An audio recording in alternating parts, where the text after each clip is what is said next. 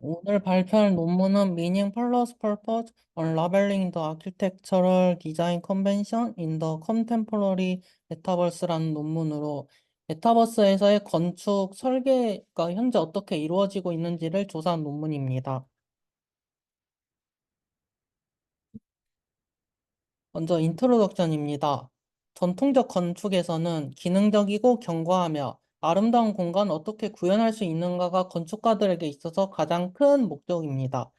그리고 메타버스 건축에서는 사람들이 아바타로 표현되며 몰입감 있게 만나고 일하고 놀이할 수 있는 가상 공간의 아이디어를 구상, 설계, 건설을 하게 됩니다. 이러한 전통적 건축과 메타버스 건축은 많은 부분을 공유하고 있습니다. 하지만 메타버스 건축에서는 중력, 안정성, 그리고 구조적인 문제, 기후나 물리적 법칙 등과 같은 현실 세계 물리적 제약이 없기 때문에 본질적으로 덜 제한적이라는 특징을 가지고 있습니다. 또한 음식, 물, 공기, 주거지 등 기본적인 인간의 필요를 걱정하지 않아도 된다는 특징이 있습니다. 따라서 메타버스는 물리적 현실에 기반하지 않은 파격적인 디자인이 가능해서 창의적 자유도가 매우 높습니다. 이러한 현재 메타버스 건축에서는 하지만 전통적, 일상적, 현실적, 만화 같은 또는 단순화되고 맥락이 제거되었다는 평가를 많이 받고 있습니다. 가상현실에서 현실의 객차 경험을 재현하여 사용의 편의성과 편리성을 촉진할 수 있다는 연구는 있습니다. 하지만 이 현실의 객체와 경험을 제한하는 것이 어느 정도 되어야 하는지에 대한 연구는 부족하다고 합니다. 따라서 연구진은 이러한 새로운 파격적인 건축 유형의 개념화를 위해서 현재의 단점을 이해하려고 하였습니다. 그래서 현대 메타버스에서 가장 두드러진 디자인 관리와 그것이 건축 품질에 미치는 영향을 식별하는 것을 목표로 합니다. 이 논문에서 저자들이 기대하는 것은 메타버스 건축이 현실을 모방하는 단순한 의미 축소를 피하면서도 의미를 전달하고 사용자의 상호작용을 유도하며 목적을 맥락화할 수 있는 더 비전통적인 메타버스 디자인 유형을 밝혀내기를 기대합니다. 그리고 해당 논문의 기여는 현재 메타버스가 어떻게 설계되고 있는지, 왜 그 설계가 개선될 수 있는지, 메타버스가 더 의미 있고 비전통적인 경험을 설계할 기회를 어떻게 제공하는지를 알아냈습니다. 음. 다음으로 릴레이티드 워크입니다. 메타버스라는 개념은 스티븐슨의 소설인 스노우 크래시에서 처음 소개되었습니다. 이러한 메타버스가 소개되었을 당시에는 수백만 명의 사용자가 서로 상호작용할 수 있는 완전히 몰입적인 가상 환경을 상상했으며 많은 사회적 복잡성을 수용하고자 하였습니다. 그리고 이러한 메타버스는 단일 세계로서의 메타버스와 여러 가상 세계들이 묶여 있는 네트워크로서의 메타버스로 구분이 됩니다. 그리고 현대에서는 메타버스라는 관점은 이중 후자인 여러 가상 세계들의 네트워크인 쪽으로 점점 경향이 강해지고 있습니다. 연구진들은 이러한 메타버스의 특징을 이런 메타버스에 대한 일치된 정의가 부족하다고 판단하여 5가지의 특징을 도출하였습니다. 그 특징은 첫째로 실시간성입니다. 실시간성은 사용자 간의 소통과 상호작용이 즉각적으로 일어남을 의미합니다. 두 번째로 지속성은 가상 세계에서 지속적인 변화가 일어나는 것으로 이 지속적인 변화는 플레이어 활동에 의한 것일 수도 있고 데이터에 의한 것일 수도 있습니다. 세 번째로 사회적은 이 공유된 가상 세계에서 사람들이 서로 교류를 할 수 있는 특징입니다.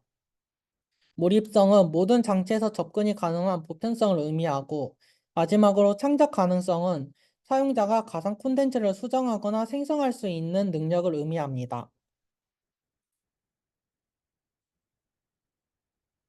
다음으로 건축의 설계와 맥락입니다. 건축 설계에서 특정 설계 결정에 대한 논의를 할 때 왜라는 질문에 답하는 것은 맥락이라고 합니다. 그래서 건축 설계가 환경적, 문화적, 기능적 및 기타 여러 측면을 포함한 그 설정의 특성을 어떻게 통합하거나 견딜 수 있는지를 나타내는 것이 맥락인데요. 스페이스 포퓰러라는 단체의 건축가들은 건축이 최고의 상태일 때 건축은 배경, 즉 맥락을 집중한다고 하였다고 합니다. 이러한 맥락적 배경은 실제와 가상을 모두 고려하여서 상호 보완적으로 활용할 수 있습니다. 다음으로 메타버스의 현재 사용에 관해서 있는데요. 현재 VR은 건축에서는 그저 도구로서 사용되고 있다고 합니다. 이러한 도구로 사용되는 메타버스는 건축 설계 프로토타이핑에 도움이 되며 효과적으로 설계 브리핑을 전달할 수 있고 공공공간을 설계할 때 시민의 참여를 촉진할 수 있으며 건축가들이 협업을 할 때 도움을 준다고 합니다. 그리고 이런 메타버스는 최근에는 디지털 트윈이라고 하여서 다양한 현실 조건을 가상세계에서 반영하는 시뮬레이션으로도 사용이 되는데요.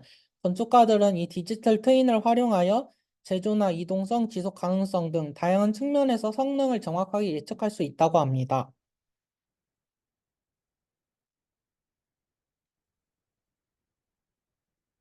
다음으로 현재 메타버스, 다음으로 메타버스의 건축 설계가 현재 연구되는 분야인데요. 이런 건축 설계에 대한 연구는 건축 자체적이보다는 좀 관련되지 않은 분야에서 현재 많이 이루어지고 있다고 합니다. 심리학 분야에서는 시뮬레이션된 자연광과 자연환경이 정신적 웰빙을 증가시킨다는 연구가 있었고, 행동 연구에서 메타버스에서 거울을 통해 자기 인식을 향상시키거나 대담한 행동을 유도할 수 있으며, 사회적 VR에서 수면을 하는 사람들의 행태가 나타나는데 이들은 부드러운 조명이나 빗소리 등을 선호했다고 합니다. 그리고 작업과 관련한 연구에서 이 메타버스 공간을 개인에게 맞춤을 통해서 작업의 문화와 참여도를 지원할 수 있다고 합니다. 현재 메타버스에서는 다양한 건축가들의 설계도 이루어지고 있는데요. 자하 하디드라는 건축가가 설계한 리버랜드라는 공간에서는 아바타들이 암호화폐로 디지털 토지를 구매할 수 있는 사이버 도시 메타버스 도시를 설계했다고 합니다. 그리고 이 팩스월드라는 곳에서는 세계적으로 유명한 건축 스튜디오와 협력하여 가상 비즈니스, 문화, 사회 허브를 설계했습니다. 그러나 이러한 건축 디자인들은 메타버스의 넓은 상상력과는 다르게 대부분 현실의 물리적 제약을 따랐다고 합니다.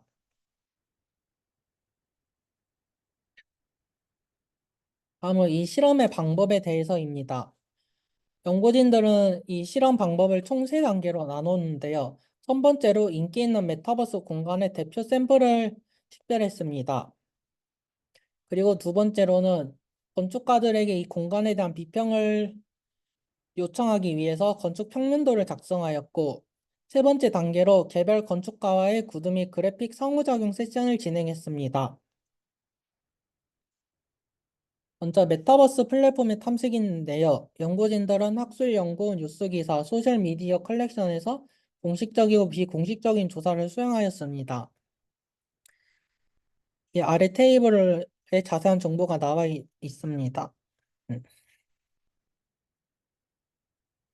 그럼 메타버스 플랫폼의 탐색에서 학술 검색 결과로 단일한 가상세계를 언급하는 경우가 없기 때문에 연구진은 추가 조사를 진행했다고 합니다. 이들은 이 검색 결과 중에서 가장 관련성이 있는 상위 10개의 검색 결과를 검토하였고, 스노우볼 샘플링을 통해 스레드와 하이퍼링크를 조사했습니다. 그리고 그 다음에 게임 스토어인 스팀과 챗 GPT-3를 활용하여서 추가적인 조사를 수행하였고, 총 145개의 가상세계가 나왔다고 합니다. 이들은 이 도출된 가상현실 세계 중에서 구글 트렌드를 이용해서 검색 결과를 인기지수로 정렬하였는데요. 인기지수로 정렬한 이유는 메타버스의 정의가 불분명했기에 대중적인 인기를 지표로 잡았다고 합니다. 그리고 다음으로 연구진들은 쿼리를 조정했습니다. 이는 검색 결과가 구글의 사용자나 영어권으로 편향될 수 있기 때문이며 이 연구와 관련이 없는 내용이지만 이름이 겹치기 때문에 수집된 데이터를 제거하려는 목적이 있었습니다. 그리고 다음으로 연구진들은 이 메타버스 플랫폼에서 어떤 공간을 분석할지를 선정하였는데요. 각 선정된 10개의 메타버스 플랫폼에서 각각 15분의 실내 탐색, 15분의 실외 탐색, 그리고 1시간 동안 자유롭게 탐색 시간을 가졌습니다. 그리고 그 다음 플랫폼에서 지원하는 정렬 기능을 통해 메타버스 공간을 인기 순으로 선정했다고 합니다. 인기 순 정렬을 지원하지 않는 플랫폼의 경우에는 좋아요 혹은 현재 접속자 수가 가장 많은 공간을 선정하였으며 이 좋아요와 현재 접속자 수도 볼 수 없는 경우에는 홈페이지에 게시된 공간 그리고 홈페이지에도 정보가 없을 경우 연구자가 직접 돌아다니면서 처음으로 발견한 세 개의 월드를 선정했다고 합니다. 그리고 연구진들은 이렇게 해서 총 30개의 공간을 선정하였는데요. 발견한 공간을 연구자가 세 가지의 요소로 가공을 진행했습니다. 이 요소는 공간의 목적을 설명하기 위한 디자인 브리프, 공간의 구성을 이해하기 위한 평면도, 그리고 건축물의 맥락을 보여주기 위한 세 장의 이미지가 있었습니다. 이러한 공간을 가공하는 것의 목적은 추상적인 일반화보다 해당 메타버스 공간에 대해 명확한 비평을 도출하며 메타버스 공간의 가장 기억에 남는 부분뿐 아니라 전체 공간이 논의될 수 있도록 하고 건축 전문가의 특화된 공간적 지식을 활용하여 구도뿐만 아니라 그래픽적인 비평도 진행하기 위해서였다고 합니다. 그 세 번째 단계를 수행하기 전에 연구진들은 파일럿 스터디를 진행하였는데요.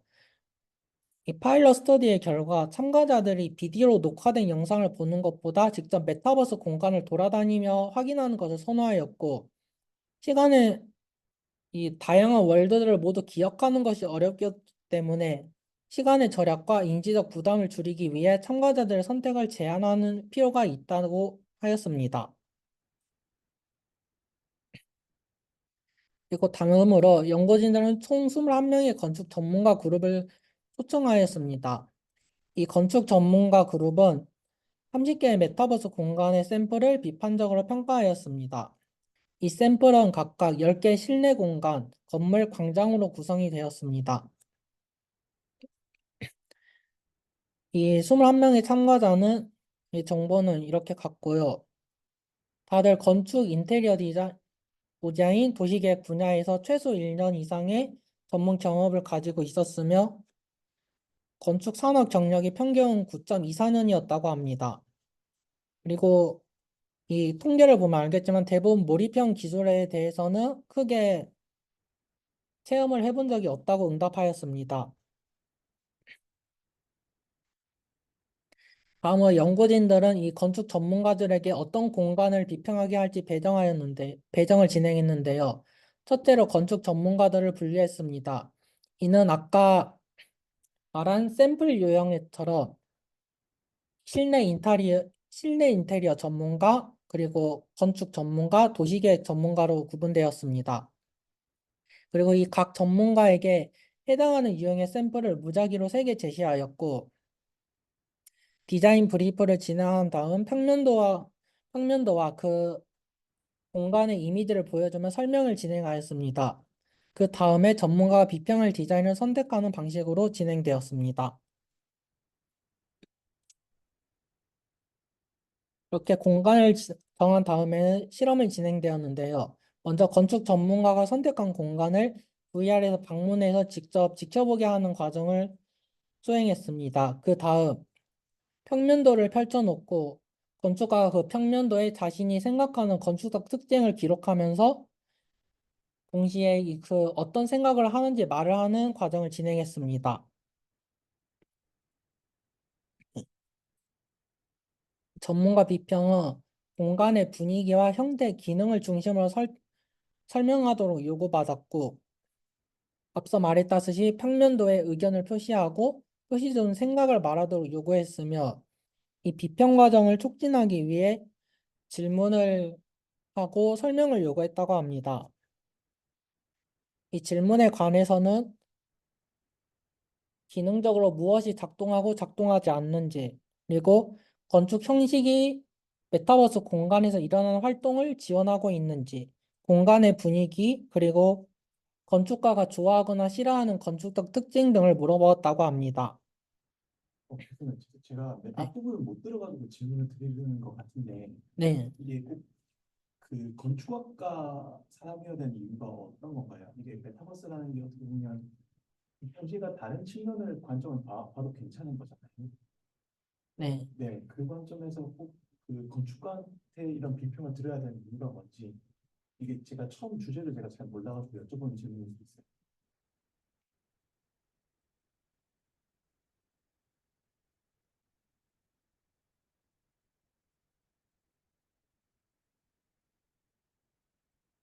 네, 그 메타버스 공간에서 그렇게 다양한 현실과 다른 활동이 일어날 수 있는데 그러면 그 활동이 어떻게 다른지 이해하기 위해서 우선 현실의 건축 전문가들에게 그 메타버스 공간이 현재 얼마나 비슷한지 혹은 얼마나 다른지 이런 것들을 먼저 물어보았다고 생각이 듭니다. 제가 결국은 이제 앞서 못 들어서 이제 질문 드리는 건데요. 제가 결국은 이제 정확한 실험 우리가 목적은 어떻게 아니 뒷부분에 나오는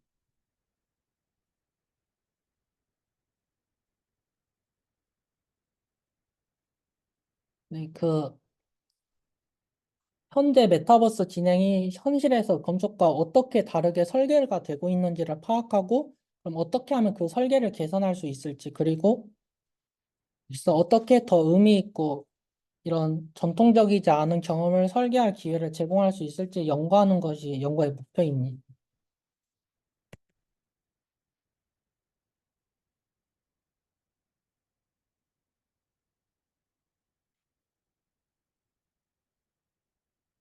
네, 이렇게 해서 전문가들의 비평을 진행한 다음에 수집된 데이터를 위해서 반복적, 연역적, 집중적, 이론적 코딩 과정을 수행하였고요. 관성적 주제 분석의 6단계 방법을 따랐다고 합니다.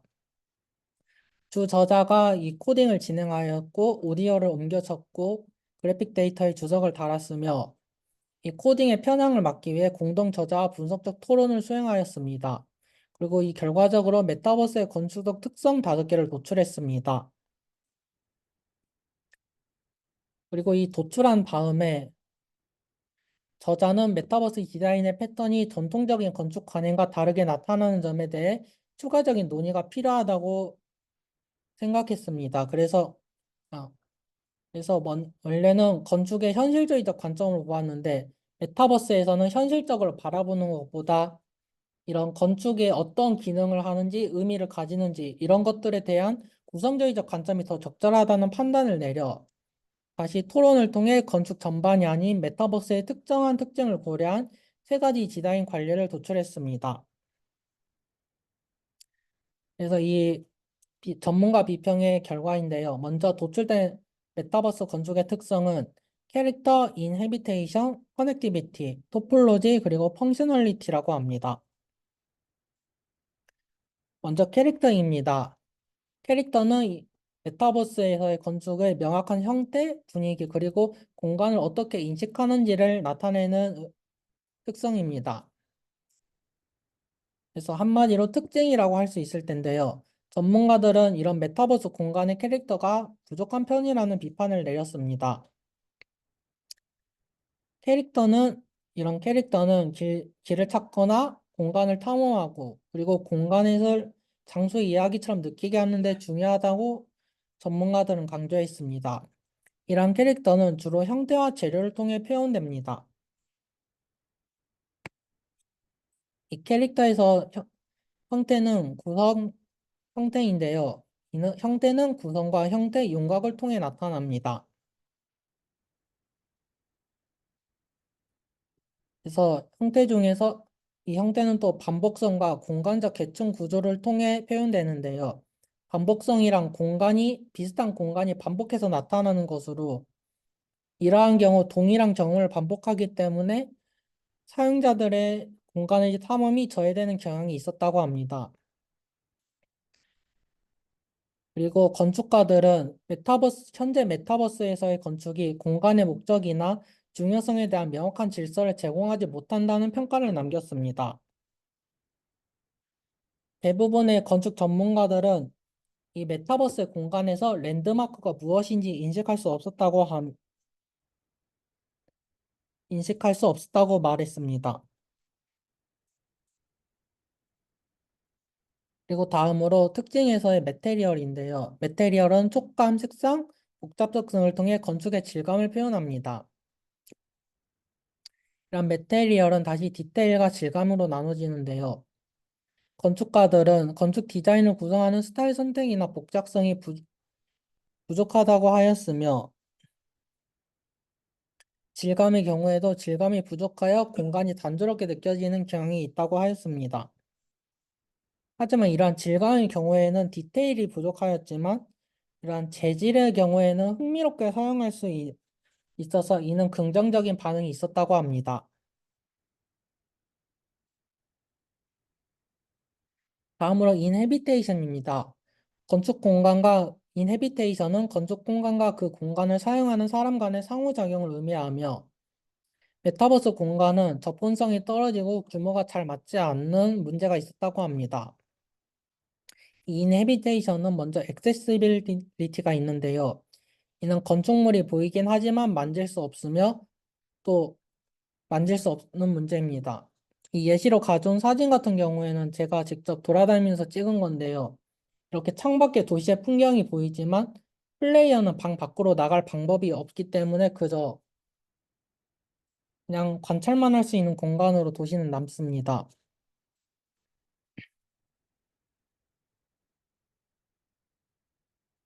그리고 또 액세서빌리티에서 접근 경로를 알아채기 힘들다는 문제가 있었는데요. 이 전문가들의 예시로는 문에 대해서 이러한 접근성이 떨어지는 문제가 있었다고 합니다. 메타버스 공간에서는 문을 열고 닫는 것이 단순히 문을 설치한다고 되는 것이 아니라 제작자가 직접 문에다 열고 닫는 기능을 추가해줘야 하기 때문에 이러한 문제가 발생했습니다.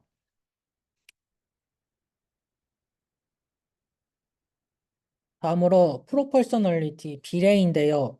이 메타버스 건축에서는 규모가 맞지 않아 사용되지 않는 공간을 생성하게 됩니다. 이 사진의 경우에는 이 오른쪽 앞에 비디오가 있고 그 앞에 광장이 있지만 나머지 부분은 그저 배경으로 존재하며 사용되지 않는 공간입니다. 이러한 사용되지 않는 공간은 그 공간에 포함된 활동이나 공간적 요소가 부족하기 때문에 공간과의 상호작용이 줄어듭니다. 그리고 또 한 전문가는 비율이 맞지 않는 공간은 비현실적인 느낌을 불러일으키며 존재감이 줄어든다고 평가했습니다. 다음으로 네 번째 특징이 커넥티비티인데요. 이러한 연결성은 공간의 인적성, 공간의 구성, 그리고 공간의 주변에 무엇이 있는지, 그리고 사용자들의 동선과 관련이 있습니다. 이전 프레이밍 네이처는 특히 긍정적으로 인식되었는데요. 앞서 릴레이트 워크에서 말했다시피 시뮬레이션된 자연광 혹은 자연을 포함하는 것이 사용자들에게 정신적 웰빙을 증가시켰기 때문입니다.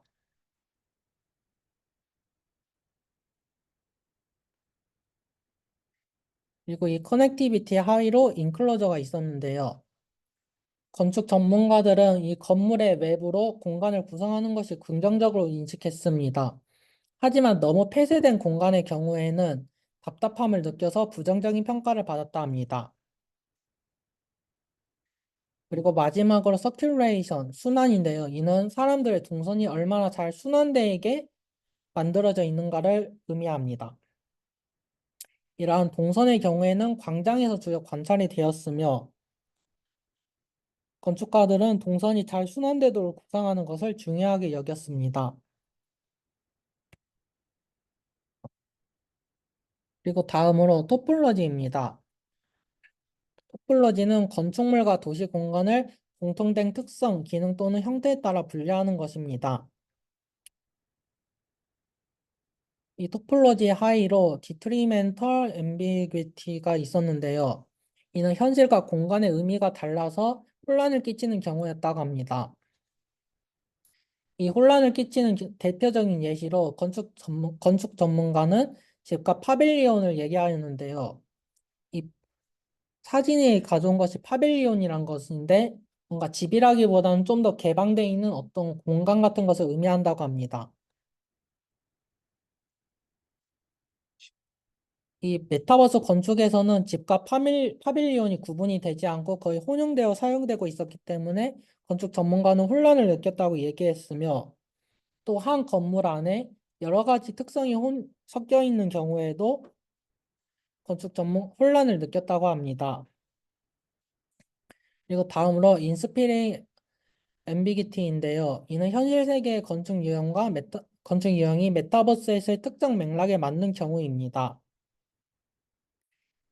이 사례에서는 메타버스 공간에서 계단이 있는데 그 계단 위에 점포들이 늘어서 있는 모습을 보고 건축 전문가가 현실과는 다르지만 잘 설계했다는 칭찬을 남겼습니다. 하지만 이러한 하지만 이 인스피레형에서도 주의할 점이 있는데요. 현실에서 너무 떨어지는 안 된다는 한계가 있습니다. 그래서 한 SF적인 느낌의 광장에서는 현실적인 요소가 부족하기 때문에 아늑하지 않다는 평가를 받았다고 합니다.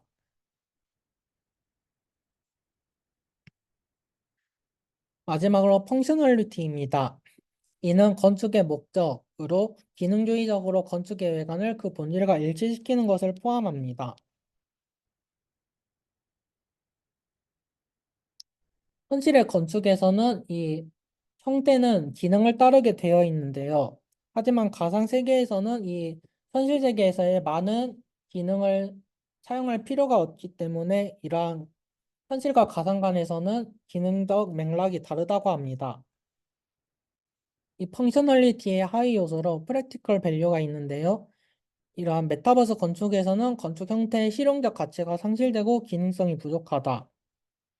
예시로 메타버스 공간에서의 가구는 대부분 현실에서와 같은 기능을 잃고 그저 장식으로 존재했다고 합니다. 그리고 또한 현실에서는 중력이 있기 때문에 올라가, 올라가거나 내려가기에 계단을 사용하는데 메타버스에서는 그냥 계단이 왜 필요한지 묻는 건축 전문가가 있었으며 뛰어내리는 것이 훨씬 빠르겠다는 의견을 남겼습니다. 다음으로 심볼릭 밸류가 있는데요. 메타버스 건축물은 많은 부분이 기능성이 결여되었지만 그 형태가 현실과의 연관성을 나타냅니다. 앞서 이 가구가 그저 장식으로 존재할 뿐이라고 비평했던 건축가는 하지만 이 기능적 가치는 없지만 메타버스 세계를 더 친숙하게 느낄 수 있게 한다는 점은 좋았다고 평가했습니다. 그리고 다른 예시로 벽난로와 같은 경우에는 이러한 사람들이 모이는 공간이라는 의미를 부여할 수 있으며 가상 메타버스 공간에서의 자연은 아무 의미가 없지만 긍정적이었다고 합니다.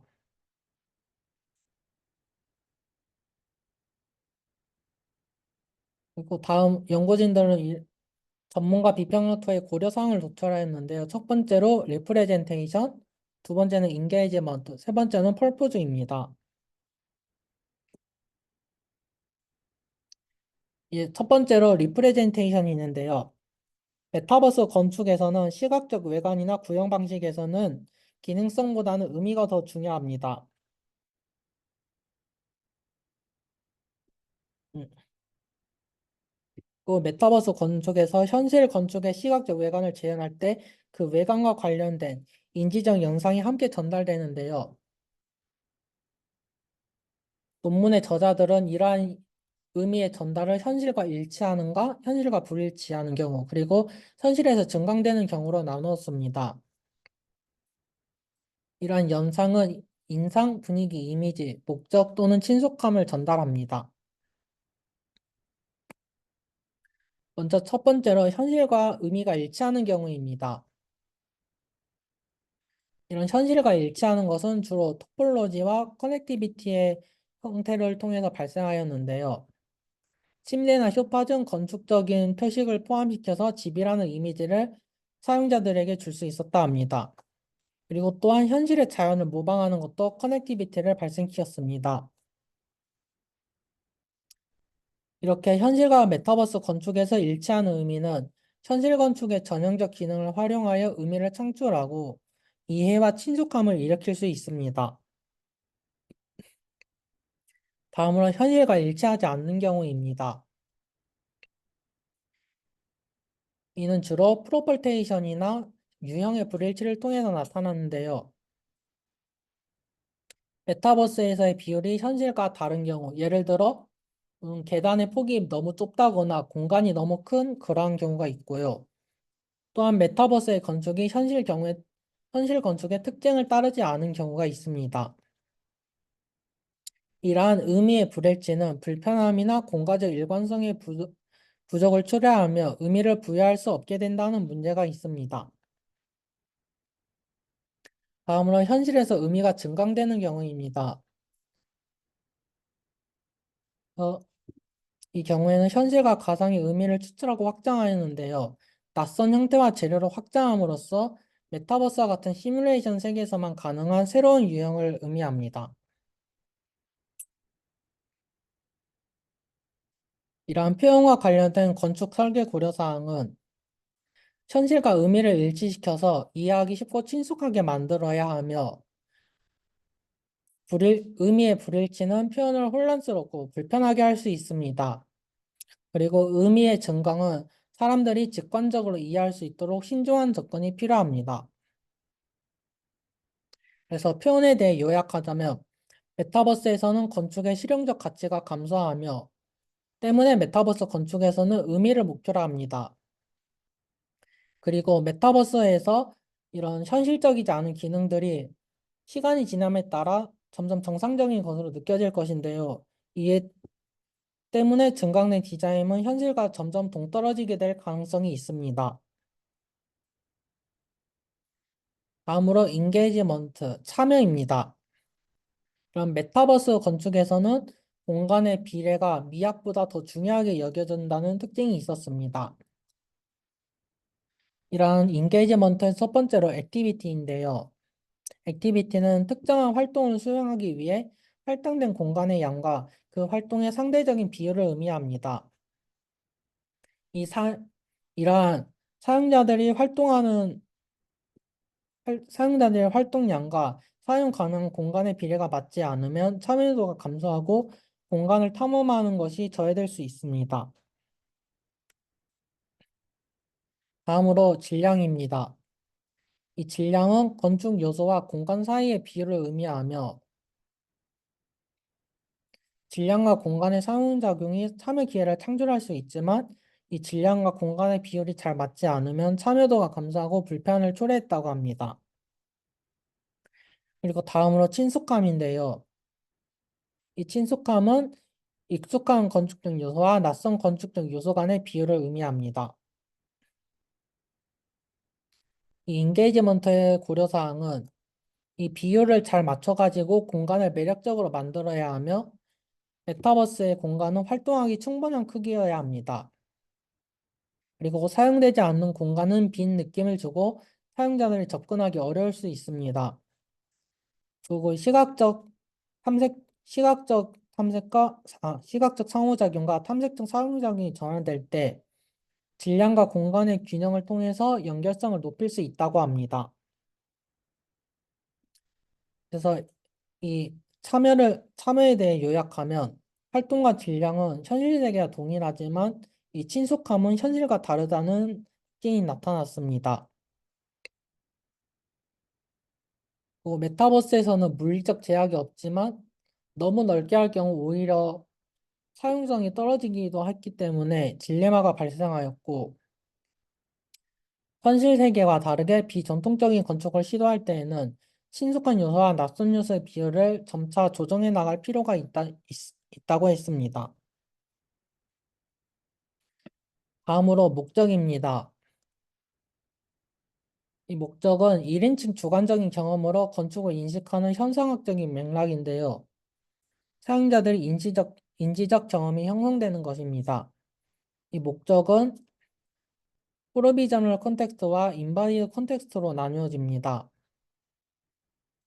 이 프로비저널 컨텍스트는 메타버스에서의 시간과 공간이 현실과 다르게 작동하는 방식인데요. 메타버스에서는 현실과는 다르게 다른 공간으로 매우 쉽게 접근이 가능합니다. 때문에 건축물은 현실처럼 다양한 기능을 가지는 것보다는 매우 특정하고 강렬한 건축적 경험을 만드는 것이 중요합니다. 다음으로 인바디드 컨텍스트로 인간 현실의 상호작용과 아바타와 메타버스의 상호작용은 방식이 다릅니다. 현실에서는 건축을 설계할 때 인간의 신체성을 중심으로 설계하며 다양한 위험으로부터 보호할 필요가 있습니다. 하지만 메타버스에서는 프라이버시와 안전 문제에 관해 저항할 필요가 없다는 특징이 있습니다. 그래서 목적의 고려사항은 현상학적 1인칭 경험에 기반해야 하며 무언가에 특화된 강한 경험을 제공하는 것이 좋습니다. 그리고 신체적 상호작용의 비현실적인 가능성을 인식해야 하며 현실에서 가져온 목적이 없는 의미를 제거하거나 증강하거나 재해석할 수가 있습니다. 이런 목적에 대해 요약하면 메타버스에서는 구조적 회복력이 필수가 아닙니다. 이 구조적 회복력이라 하는 것은 사람들이 한 번 사용하고 공간을 사용하지 않는 것이 아니라 계속해서 반복적으로 사용하는 것을 의미하는데요. 현실에서 뭐 박물관이나 영화관 같이 지속적으로 사람들이 사용해야 하는 그러한 공간을 생각하면 될 것 같습니다. 이렇게 메타버스의 공간은 지속적으로 쓰이는 것이 아니라 임시적인 목표를 가지고 단일한 사용 공간을 사용하는 것이 적절합니다. 리미테이션입니다. 저자는 이런 이 논문이 메타버스의 건축적 표현과 관점이 지속적으로 변화할 수 있기 때문에 이러한 변화에 취약하다고 밝혔으며 상위 10개의 메타버스 플랫폼만을 살펴보았기 때문에 다른 메타버스 플랫폼에서는 이 디스커전에서 나온 내용이나 아니면 또 다른 무언가가 있을 수 있다고 하였습니다. 그리고 모집된 건축 전문가들의 문화적 배경이나 디자인 교육에 영향을 받았을 수 있으며 이 논문에서는 건축을 실내와 건물 그리고 광장이라는 세 가지에 이용해서 접근하였는데 여기에 포함되지 않은 특징이 있을 수 있다고 하였습니다. 그리고 시각적인 것을 중심으로 살펴가왔기 때문에 감각적 영향에는 덜 집중될 수 있다고 저자는 밝히고 있습니다. 컨클루전입니다. 메타버스의 발전에 따라 건축 설계의 역할은 중요해질 것이며 가상세계와 사용자 간의 상호작용 방식에 영향을 줄 수 있다고 합니다. 그리고 메타버스가 비전통적이면서도 의미 있는 모습으로 보이게 하기를 기대하며 증강된 의미는 메타버스에서 시각적으로 독특한 표현을 창출할 수 있을 것이라 합니다. 그리고 메타버스에서 새롭게 나타나 가상신체 탐색 방식을 활용하여 새로운 건축 방식이 구상되기를 기대하고 있습니다. 네, 이상으로 발표를 마치겠습니다.